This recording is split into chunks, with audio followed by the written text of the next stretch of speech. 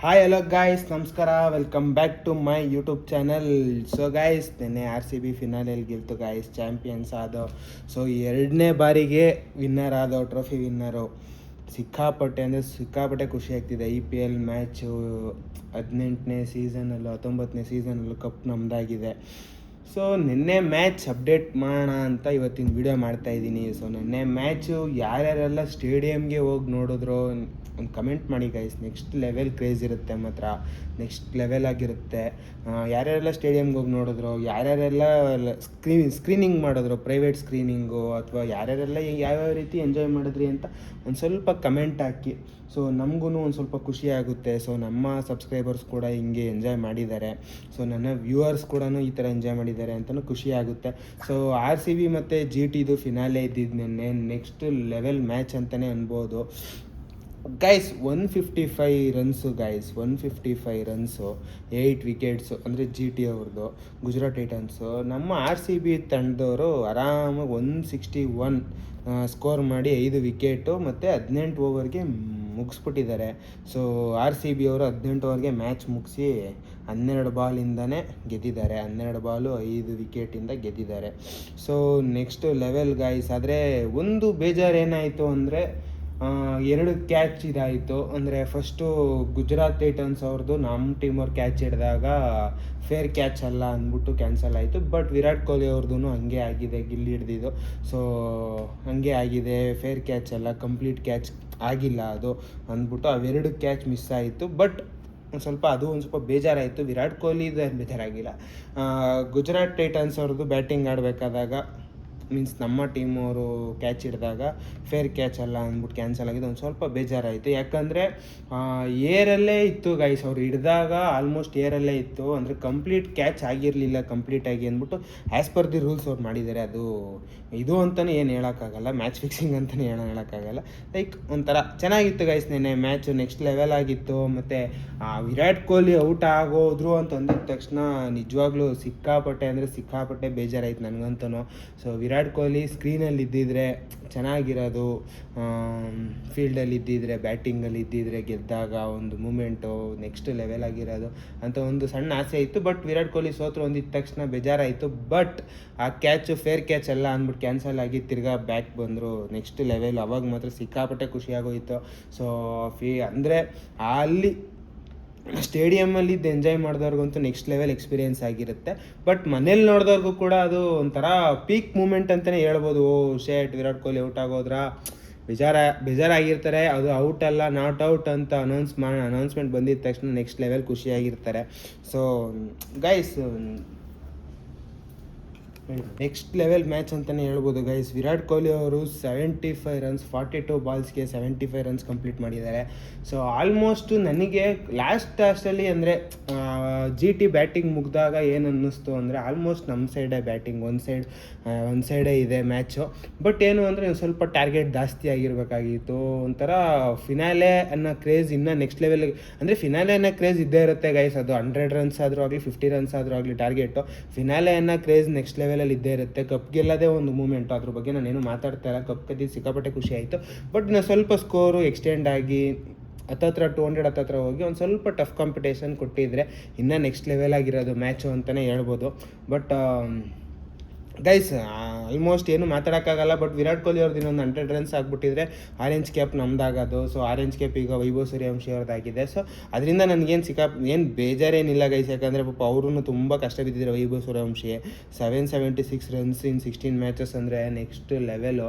ಅಂದರೆ ಅಷ್ಟು ಈಸಿ ಅಲ್ಲ ಗೈಸ್ ಹೊಡೆಯೋದು, ಸ್ಕೋರ್ ಮಾಡೋದು. ಅವರು ವೈಭವ್ ಸೂರ್ಯವಂಶಿ ಅವ್ರು ಆಡೋದು, ಒಂದೊಂದು ಬಾಲ್ನ ಕನೆಕ್ಟ್ ಮಾಡ್ಕೊಂಡು 6 ಹೊಡೆಯೋಕ್ಕೆ ಟ್ರೈ ಮಾಡ್ತಾರೆ, 4 ಹೊಡೆಯೋಕ್ಕೆ ಟ್ರೈ ಮಾಡ್ತಾರೆ, ಆಲ್ಮೋಸ್ಟು ಬೌಂಡ್ರಿಗಳನ್ನೇ ಮಾಡೋಕ್ಕೆ ಟ್ರೈ ಮಾಡ್ತಾರೆ ಅವರು. ಸೊ ನೆಕ್ಸ್ಟ್ ಲೆವೆಲ್ ಅವರು ಅಂತನೂ. ಅದು ಬಿಟ್ಟರೆ ಇವಾಗ RCB ಮ್ಯಾಚಲ್ಲಿ ಆಲ್ಮೋಸ್ಟ್ ನೆಕ್ಸ್ಟ್ ಲೆವೆಲ್ ಎಲ್ಲರೂ ಕ್ರೇಜಿ ಲೆವೆಲಲ್ಲಿ ಆಡಿದ್ದಾರೆ. ಅದ್ರ ಬಗ್ಗೆ ನನಗೇನು 1% ಬೇಜಾರಿಲ್ಲ, ಏನಿಲ್ಲ. ಅಂದರೆ ಬೇಜಾರಿಲ್ಲ ಅಂದರೆ ಸಿಕ್ಕಾಪಟ್ಟೆ ಖುಷಿ. ನೆಕ್ಸ್ಟ್ ಲೆವೆಲ್ ಗೈಸ್, ಅದು ಮಾತ್ರ ಇನ್ನೇನು ಹೇಳಲಿ ನಾನು, ಎಲ್ಲ ಆಲ್ಮೋಸ್ಟ್ ಮ್ಯಾಚ್ ನೋಡಿರ್ತೀರ.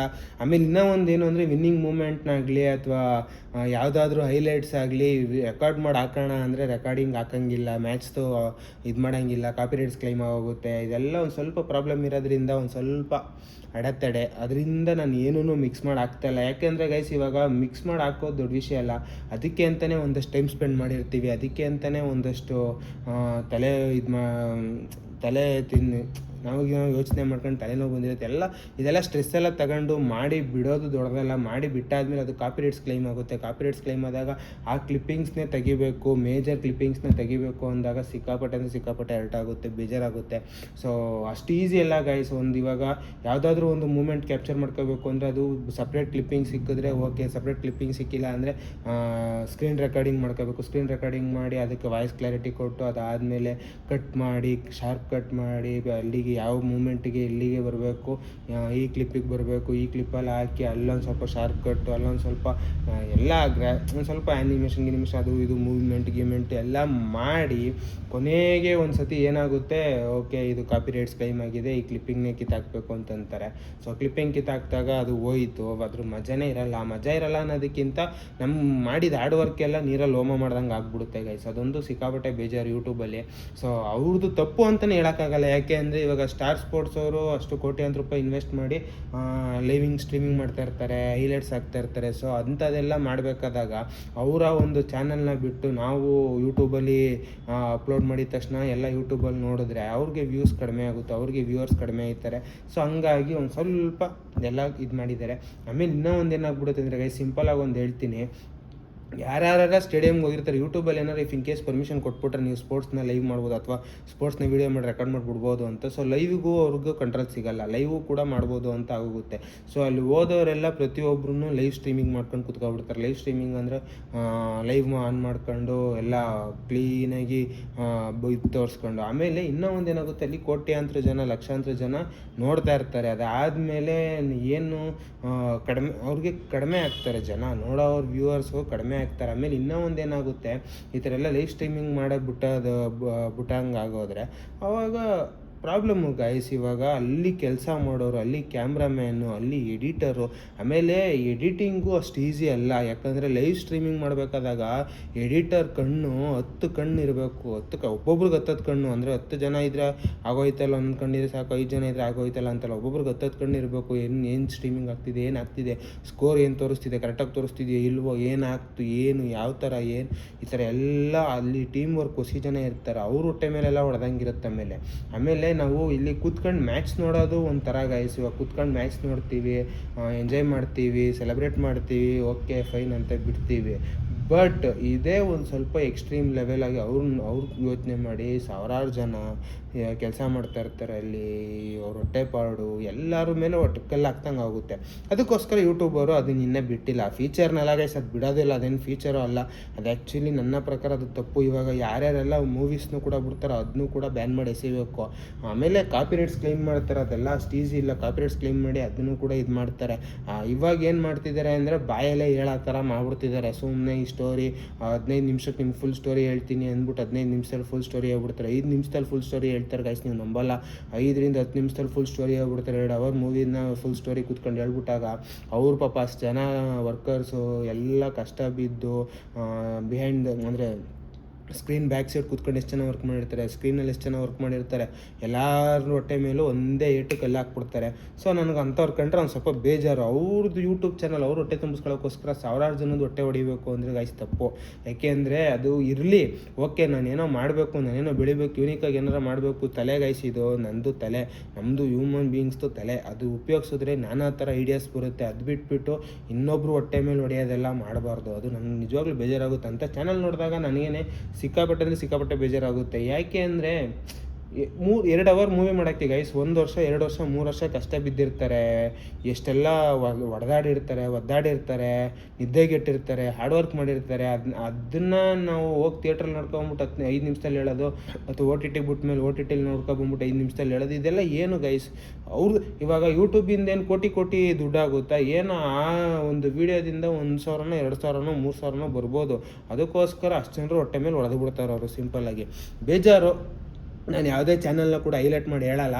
ಸೊ ದಯವಿಟ್ಟು ಈ ಚಾನಲ್ ನೋಡೋರು ಯಾರಾದರೂ ಆ ಥರ ಚಾನಲ್ನ ರನ್ ಮಾಡ್ತಾರೆ, ದಯವಿಟ್ಟು ಸ್ಟಾಪ್ ಮಾಡಿ.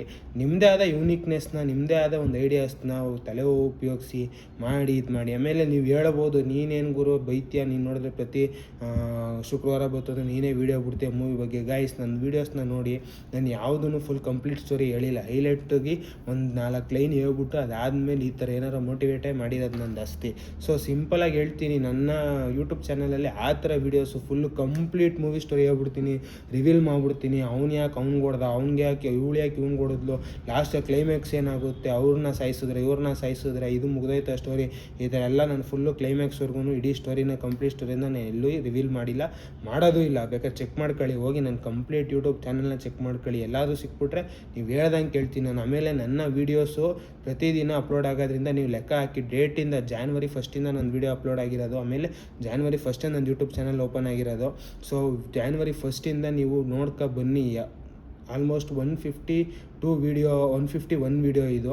ಸೊ 151 ವೀಡಿಯೋಸು ಕಂಪ್ಲೀಟಾಗಿ ಲೆಕ್ಕ ಹಾಕೋ ಬನ್ನಿ, ಒಂದು ವೀಡಿಯೋನೂ ಕಡಿಮೆ ಆಗಿರಲ್ಲ. ಪ್ರತಿದಿನ ಹೆಂಗೆ ಬಿಡ್ತೀನೋ ಅದು ಬಿಟ್ಟಾದ್ಮೇಲೆ ಮುಗೀತು, ನಾನು ಅದ್ರ ಬಗ್ಗೆ ತಲೆ ಕೆಡಿಸ್ಕೊಳ್ಳಲ್ಲ. ಅದು ಏನಾಗುತ್ತೋ ಏನು ಕೆತ್ತನೋ ಅದು ಅದ್ರ ಪಾಡಿಗೋದು, ಜನ ಹೆಂಗೆ ತಗೋತಾರೋ ಅದ್ರ ಮೇಲೆ ಅದು ಡಿಪೆಂಡ್ ಆಗುತ್ತೆ. ಒಂದು ವೀಡಿಯೋನೂ ತೆಗ್ದಿಲ್ಲ. ನೀವು ಅನ್ಕೋಬೋದು ಇವಾಗ ನಾನು ಮಾತಾಡಬೇಕಾದ್ರೆ ಹೋಗ್ಬಿಟ್ಟು ಹಿಂದೆ ಒಂದು 2-3 ವೀಡಿಯೋ ತೆಗೆದ್ಬಿಟ್ಟಿರ್ತೀನಿ ಅಂತ. ಯಾವ ವೀಡಿಯೋನೂ ತೆಗ್ದಿಲ್ಲ, ಲೆಕ್ಕ ಹಾಕೊಳ್ಳಿ. ಇದು 151 ವೀಡಿಯೋ. ಇವತ್ತು ಬಿಟ್ಟರೆ ಇವತ್ತು 151, ನೆನ್ನೆದಕ್ಕೆ 152 ವೀಡಿಯೋಸ್ ಅನಿಸುತ್ತೆ. ಡೇಟ್ ಸಮೇತ ಲೆಕ್ಕ ಹಾಕೊಳ್ಳಿ ಗೈಸ್. January 31 ಡೇಸ್ ಇತ್ತು, 28 ಡೇಸ್ ಇತ್ತು, ಡೇಟ್ ಸಮೇತ ಲೆಕ್ಕ ಹಾಕೊಳ್ಳಿ. 151 or 152 ಡೇಸ್ ಇವತ್ತು ಬಿಡ್ತಾರಲ್ದು. ಸೊ ನೋಡ್ಕೊ ಬನ್ನಿ, ನಿಮಗೆ ಕ್ಲಾರಿಟಿ ಸಿಕ್ಬಿಡುತ್ತೆ. ನಾನೇನು ಜಾಸ್ತಿ ಮಾತೇ ಆಡಲ್ಲ, ನೋಡ್ಕೊ ಬನ್ನಿ ಆರಾಮಾಗಿ. ನಾನು 150 ಡೇಸು ಕನ್ಸಿಸ್ಟೆನ್ಸಿ ಕಂಪ್ಲೀಟೆಡ್ ಅಂತಲೂ ಒಂದು ವೀಡಿಯೋ ಬಿಟ್ಟಿದ್ದೀನಿ, ಅದಾದಮೇಲೆ ಒಂದು ವೀಡಿಯೋ ಬಿಟ್ಟಿದ್ದೀನಿ. ಸೊ ಇದು 152nd ವೀಡಿಯೋ ಇದು. ಸೊ ನೋಡ್ಕೊ ಬನ್ನಿ, ಲೆಕ್ಕ ಹಾಕೊಳ್ಳಿ. ಇಫ್ ಇನ್ ಕೇಸ್ ಏನಾದ್ರು ಆ ಥರ ವೀಡಿಯೋ ಸಿಕ್ಕಿದ್ರೆ ದಯವಿಟ್ಟು ನನಗೆ ಮೆಸೇಜ್ ಹಾಕಿ, ವಿತ್ ಲಿಂಕ್ ಸಮೇತ ಮೆಸೇಜ್ ಹಾಕಿ. ಸೊ ಅವಾಗ ನಾನು ನಾನೇನು ಮಾಡಬೇಕು ಅದು ಮಾಡ್ತೀನಿ. ಸೊ ಆ ಥರ ಯಾವುದೂ ಇಲ್ಲ ಗೈಸ್. ನನಗೆ ಕಾನ್ಫಿಡೆನ್ಸ್ ಅಲ್ಲ, ಓವರ್ ಕಾನ್ಫಿಡೆನ್ಸ್ ಇದೆ ನನ್ನ ಯೂಟ್ಯೂಬ್ ಚಾನಲ್, ಅದು ಯಾವುದೂ ಇಲ್ಲ ಆ ಥರ. ಸೊ ಅದಕ್ಕೋಸ್ಕರ ಯಾರ್ಯಾರೆಲ್ಲ ಆ ಥರ ವೀಡಿಯೋ ಚಾನಲ್ ನಡೆಸ್ತೀರಿ, ಸೊ ದಯವಿಟ್ಟು ಸ್ಟಾಪ್ ಮಾಡಿ. ಇದೊಂದು ಪ್ರಾರ್ಥನೆ, ನಿಮ್ಮ ರಿಕ್ವೆಸ್ಟು ಅಥವಾ ಏನೋ ಒಂದು ಅಂತ ನನ್ನ ಕಡೆ. ಯಾಕಂದರೆ ನಾನು ಒಂದು ಪ್ರಾಜೆಕ್ಟಲ್ಲಿ ವರ್ಕ್ ಮಾಡ್ತಾಯಿದ್ದೀನಿ. ಸೊ ಅದ್ರ ಕಷ್ಟ ಹೆಂಗಿರುತ್ತೆ, ಯಾವ ಥರ ಎಲ್ಲ ಹಾರ್ಡ್ ವರ್ಕ್ ಮಾಡ್ತಾರೆ, ಯಾವ ಥರ ಎಲ್ಲ ತಲೆ ಉಪಯೋಗಿಸ್ತಾರೆ, ಯಾವ ಥರ ಎಲ್ಲ ಬ್ರೈನ್ ವಾಶ್ ಮಾಡ್ಕೊತಾರೆ ಅವ್ರಿಗೆ ಅನ್ನೋದೆಲ್ಲ ನನಗೆ ಇವಾಗ ಕಣ್ಣಾರೆ ನೋಡ್ತಾಯಿದ್ದೀನಿ. ಬಟ್ ಇದಕ್ಕಿಂತ ಮುಂಚೆನೇ ನನಗೆ ಐಡಿಯಾಸ್ ಇತ್ತು ಯಾವ ರೀತಿ ರನ್ ಆಗುತ್ತೆ ಅಂತ. ಬಟ್ ಇನ್ನೊಂದು ಸ್ವಲ್ಪ ಡೆಪ್ತಾಗಿ ಅರ್ಥ ಆಗ್ತಾ ಹೋಗ್ತಿದೆ ಅಂತ ಹೇಳ್ತಾ ಗೈಸ್, ಇವತ್ತಿನ ವೀಡಿಯೋಲಿ ನಿಲ್ಲಿಸ್ತಾ ಇದ್ದೀನಿ. ಮತ್ತು ನೆಕ್ಸ್ಟ್ ಲೆವೆಲ್ ಇತ್ತು ಮ್ಯಾಚು, ಯಾರೆಲ್ಲ ನೋಡಿ ಎಂಜಾಯ್ ಮಾಡಿದರೆ. ಸೊ ದಯವಿಟ್ಟು ಹೆಂಗೆಲ್ಲ ಎಂಜಾಯ್ ಮಾಡಿದ್ರಿ, ಯಾವ ರೀತಿ ಎಂಜಾಯ್ ಮಾಡಿದ್ರಿ ಅಂತ ಕಮೆಂಟ್ ಮಾಡಿ ಅಂತ ಹೇಳ್ತೀವಿ. ವಿಡಿಯೋ ನಿಲ್ಲಿಸ್ತಾ level. Lots of love, take care, bye guys, signing of.